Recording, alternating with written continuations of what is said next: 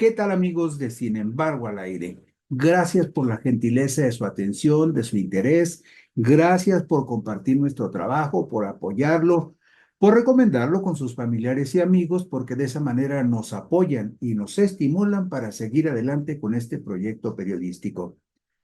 Estamos en el inicio de la cuenta regresiva de 15 para atrás porque faltan solamente 15 días para que cambie en gran medida el Poder Judicial de la Federación. Una aspiración de aquellos que sueñan con que la justicia esté al alcance de todos por igual y que podría empezar a suceder ese fenómeno benéfico para la sociedad a partir del 1 de septiembre del 2025. Sobre ese tema, hablaré hoy con ustedes en mi columna Puntos y Contrapuntos, que dice lo siguiente. Solo faltan 15 días, que pesarán como plomo sobre las espaldas de muchos canallas. Faltan apenas 2 semanas para que se experimente en el Poder Judicial de la Federación un profundo cambio que tendría que repercutir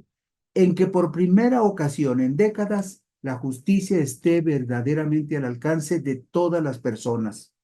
al servicio del verdadero pueblo, desvalido e indefenso, aunque eso le cause enojo y hasta una insana repulsión a quienes desde los poderes fácticos y los grupos privilegiados se beneficiaron de las complicidades que permitieron durante décadas la manipulación de la ley en favor de intereses mezquinos, egoístas, hipócritas y corruptos. La jornada electoral del primer domingo de junio del 2025 no fue solo el proceso que permitió renovar a por lo menos la mitad de los funcionarios del Poder Judicial de la Federación y sacudir de raíz la estructura de la Suprema Corte de Justicia de la Nación. Representó para el pueblo el ejercicio de un nuevo derecho que con el paso del tiempo irá adquiriendo su muy profunda y trascendente dimensión, pues por primera ocasión en la historia, la gente común, simple, sencilla, tomó en sus manos la posibilidad de decidir quiénes son, o por lo menos quiénes parecen ser los más aptos y apropiados para administrar justicia en un país que está ávido de ella. A muchos exquisitos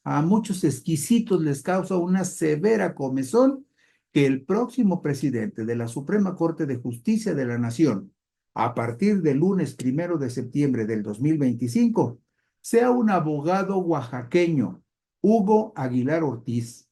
de raíces indígenas mixtecas, quien encabezará uno de los tres poderes de la Unión, algo que no sucedía desde hace 168 años, cuando otro indígena oaxaqueño, pero de origen zapoteco, don Benito Pablo Juárez García, asumió esa misma responsabilidad. Faltan solo 15 días para que se rompa para siempre el engranaje de una estructura de justicia elitista y perversa, discriminatoria e hipócrita, que siempre ha privilegiado la atención y preservación de los derechos de una minoría privilegiada con poder político, económico y religioso sobre los intereses del pueblo común, que en junio pasado, por primera vez en la historia, tuvo voz, pero sobre todo voto, para definir el rumbo de la justicia que tanto le debe y a la que mucho hay que reclamarle. Habría que tener muy presentes las razones que orientaron la reforma constitucional al Poder Judicial Federal, que se consumó al promulgarse el decreto el domingo 15 de septiembre del 2024 en el Diario Oficial de la Federación.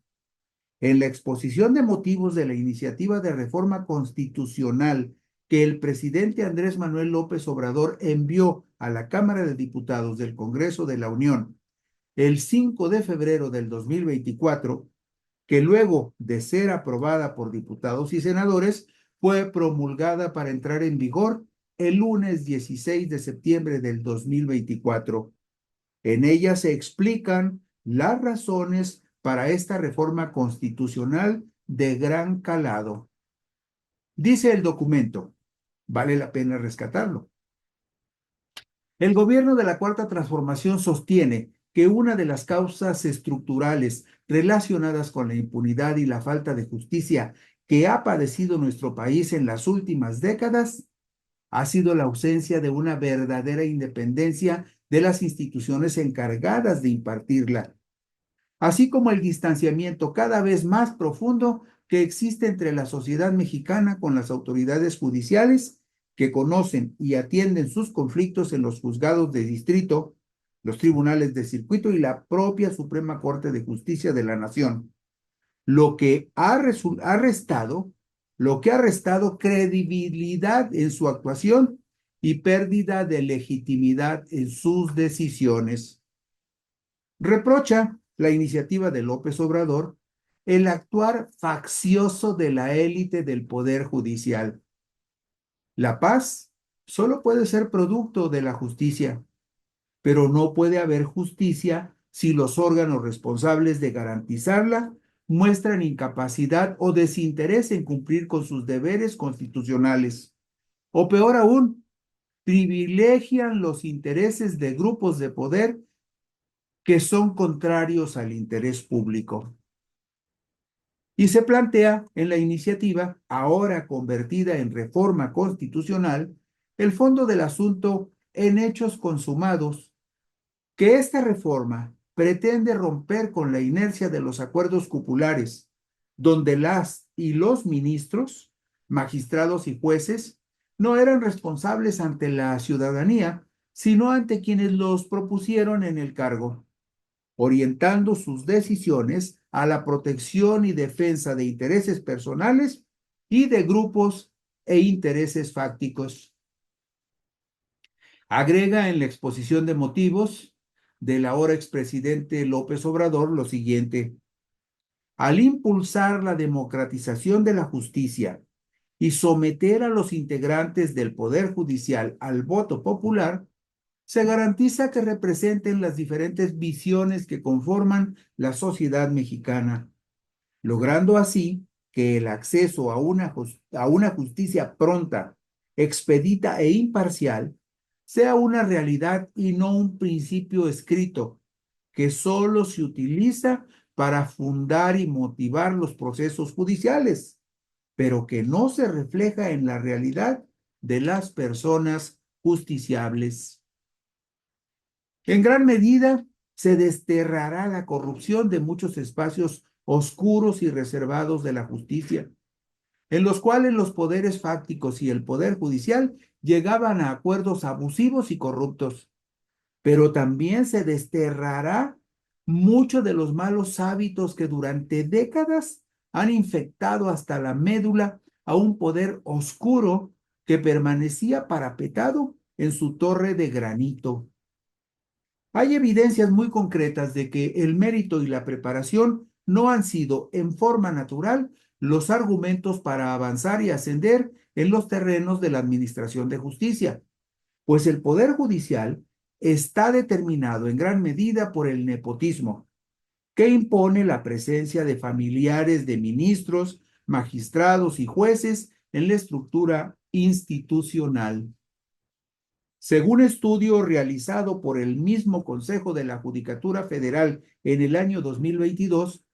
por lo menos el 49% del personal del Poder Judicial de la Federación, que más o menos equivale a 25,000 personas, casi 25,000 personas hay en el Poder Judicial, pues bien, el 49% tenía al menos un familiar laborando en los diferentes tribunales o juzgados federales. Todo eso dio origen a cofradías mafiosas que lucran con la justicia al mejor postor. En manos de los corruptos, la justicia ha sido muy frágil y vulnerable,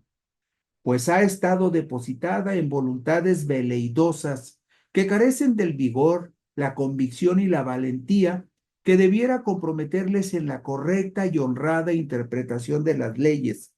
para hacer prevalecer los valores superiores de la justicia y evitar que los cínicos, los corruptos, los frívolos y los sinvergüenzas se salgan con la suya. La justicia siempre ha sido un lujo al que no han podido aspirar los pobres, los marginados, los que durante siglos han sido engañados con promesas de redención, aderezadas por el cinismo de varias generaciones de políticos y funcionarios hipócritas y mentirosos. Pero algo bueno pasará a partir del 1 de septiembre del 2025, cuando también asumirán sus cargos los magistrados del nuevo Tribunal de Disciplina Judicial, que vigilará la conducta de ministros, de magistrados y jueces para sancionar a quienes traicionen al pueblo y a la justicia, consintiendo la violación de la ley o su interpretación dolosa. Hay esperanza en mucha gente, pero también hay cofradías que sufren, se angustian y lloran ante la inevitable pérdida de privilegios. Pero es bueno que los canallas sufran. Gracias por la gentileza de su atención. Si les apetece, por aquí nos encontraremos dentro de una semana.